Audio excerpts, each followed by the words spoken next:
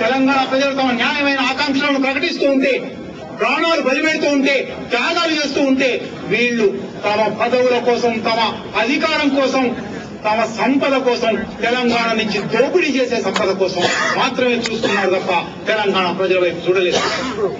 మొన్న అసలు ఇవాళ మీరు మీ ఆవరణలో ఒక రాజకీయ నాయకుడి మీద దాడి జరిగిందని పెద్ద ఎత్తున చాలా మంది మాట్లాడుతూ ఉన్నారు.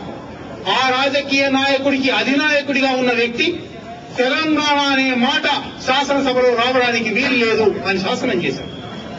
5 సంవత్సరాల పాటు వాళ్ళ అధికారంలో 9 సంవత్సరాలు ఉన్నారు. ఆ 9 సంవత్సరాల్లో కనీసం 5 సంవత్సరాలు ప్రతి తెలంగాణ శాసనసభ్యులు మా వెనుకబడతాం, మా అభివృద్ధి రాహిత్యం, మా ఆత్మగౌరవం అని అనడానికి ప్రయత్నించినప్పుడల్లా తెలంగాణ అనే మాట రాకూడదు అని స్పీకర్ గారు ఆదేశాలు ఇచ్చారు.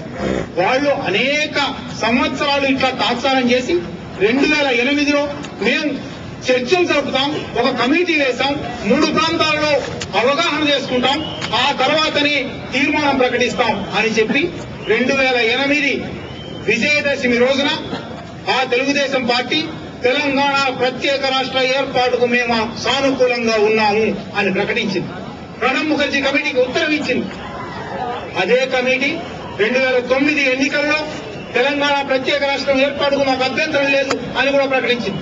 మొన్నటికి మొన్న డిసెంబర్ 7 అఖిలపక్ష సమావేశంలో తెలంగాణ ప్రత్యేక రాష్ట్ర ఏర్పాటు సానుకూలంగా ఉన్నామని చెప్పింది. డిసెంబర్ 10 వచ్చేసరికి ఆ పార్టీకి చెందిన రాజకీయ నాయకులు రాజీనామాలు చేయడం ప్రారంభించారు, ఉద్యమాలు నడపడం ప్రారంభించారు. ఈ 10 సంవత్సరాల కాలం పాటు ఎవరిని మోసం చేశాం? మిగిలిన అన్ని పార్టీల చరిత్ర కూడా ఇంత దుర్మార్గమైన, ఇంత విషపూరితమైన, తెలంగాణ వ్యతిరేకమైన చరిత్రే. ఆ చరిత్రలోకి ఇప్పటికి చాలా మంది అది చెప్పుకుంటారు, ఆ చరిత్రలోకి పోనక్కర్లేదు. ఇవాళ ఏం చేయవలసి ఉంది? కనుక ప్రభుత్వం మోసం మనకు అర్థమైంది, అన్ని రాజకీయ పార్టీల మోసాలు మనకు అర్థమయ్యాయి. మీడియా మోసాన్ని కూడా అర్థం చేసుకోవాల్సినది. నవంబర్ 29 నుంచి డిసెంబర్ 10 వరకు మన పోరాటాన్ని కవర్ చేసిన వాళ్ళు, మన పోరాటం గురించి విరోచితంగా చెప్పిన వాళ్ళు, మనందరితో అనేక సార్లు మాట్లాడించిన వాళ్ళు, డిసెంబర్ 10 తర్వాత మీడియాలో వస్తున్న వార్తలు చూడండి, మీడియాలో వస్తున్న విశ్లేషణలు చూడండి. ముఖ్యంగా 1-2 మీడియా సంస్థలు ఏ అభిప్రాయాలు ప్రకటిస్తున్నాయో చూడండి. సమైక్యాంధ్రకు అనుకూలంగా, తెలంగాణకు వ్యతిరేకంగా ఈ మీడియా ఇక్కడి ప్రజాభిప్రాయాన్ని గమనంలోకి తీసుకోకుండా పనిచేస్తున్న మీడియాను కూడా తిప్పికొట్టవలసి ఉన్నది. చివరికి కోస్తాంధ్ర రాయలసీమ ప్రజలు ఏమైనా అనుమానాలతో, ఏమైనా సందేహాలతో ఆందోళనలో దిగుంటే వాళ్ళతో చర్చించడానికి మనకేమి అభ్యంతరం ఉందనక్కర్లేదు. ఎందువల్లంటే ఇది ప్రజలకు మధ్య శత్రుత్వం కాదు. 50 సంవత్సరాలుగా పాలకులు మన మీద నీళ్ల గురించి, వ్యవసాయం గురించి, ఉద్యోగాల గురించి, హైదరాబాద్ గురించి 50 సంవత్సరాలుగా ప్రభుత్వాలు మన పొట్ట కొడుతున్నాయి కాబట్టి మనం ప్రభుత్వం మీద తిరగబడుతూ ఉన్నాము.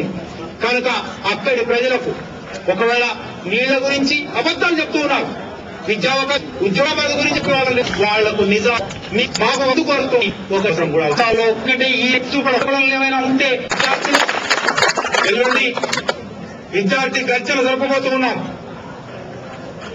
10 జిల్లాల నుంచి 5 లక్షల మంది మనం అనుకుంటున్నాం. ఇంతకంటే ఎక్కువ కావచ్చు, ఇంతకన్నా ఒకవేళ పోలీసు నిర్బంధమే పెరిగితే తక్కువ కావచ్చు.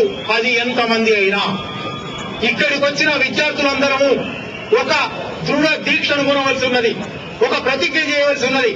ఇది మరొక ప్రాంత ప్రజలకు వ్యతిరేకమైన పోరాటం కాదు, ఇక్కడి ప్రజల న్యాయమైన హక్కుల కోసం పోరాటం. ఇక్కడి అనేక తెలంగాణ వాళ్ళ నాయకులు చెప్తున్నారు, మాకు మీ పైసా ఒక్కటి అవసరం లేదు, మాకు మీ ఉద్యోగం ఒక్కటి అవసరం లేదు, మాకు మీ విద్యావకాశం ఒక్కటి అక్కర్లేదు, కానీ మాది మాకు ఇవ్వండి. ఈ రాష్ట్రంలో 42% విస్తీర్ణం ఉన్న తెలంగాణ, ఈ రాష్ట్రంలో 40% జనాభా ఉన్న తెలంగాణ ఏ ఒక్క రంగంలోనూ 40 కాదు కదా, 25 కాదు కదా, 20కి చేరలేదు.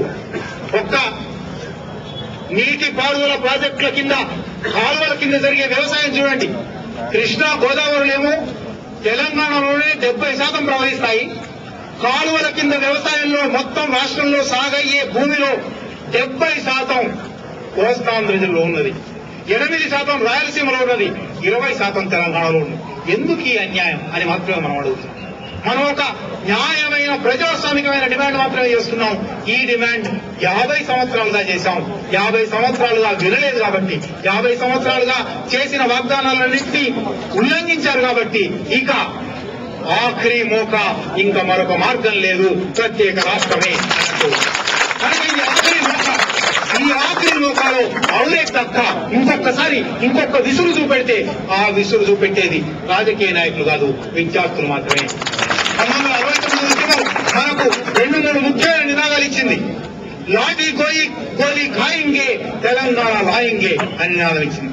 ఇవాళ మళ్లీ ఆ నినాదాన్ని ప్రకటించవలసిన అవసరం. 1969 నినాదం మరొక నినాదం ఇచ్చింది, ఈట్ కా జవాబ్ పత్తర్ సే దే అని.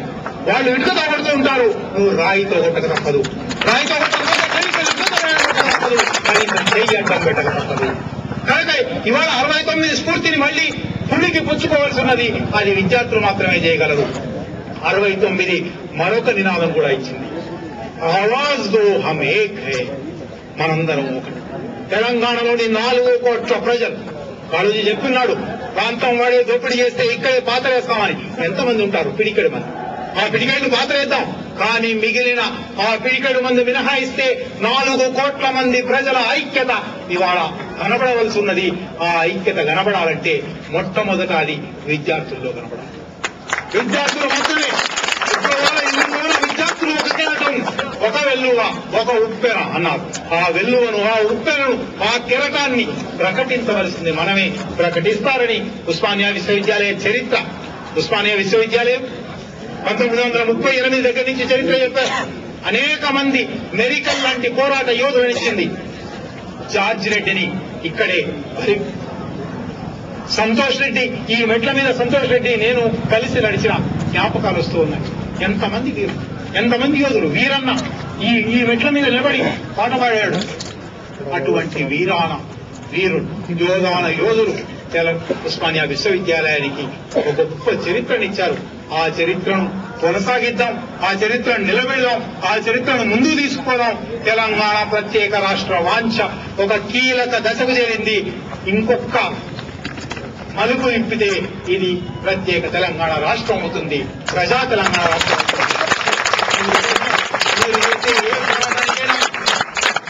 ఒక ఉస్మానియా విశ్వవిద్యాలయ పాత విద్యార్థిగా, తెలంగాణ బిడ్డగా అన్ని చోట్ల మీతో పాటు ఉంటానని వాగ్దానం చేస్తూ నాకు అవకాశం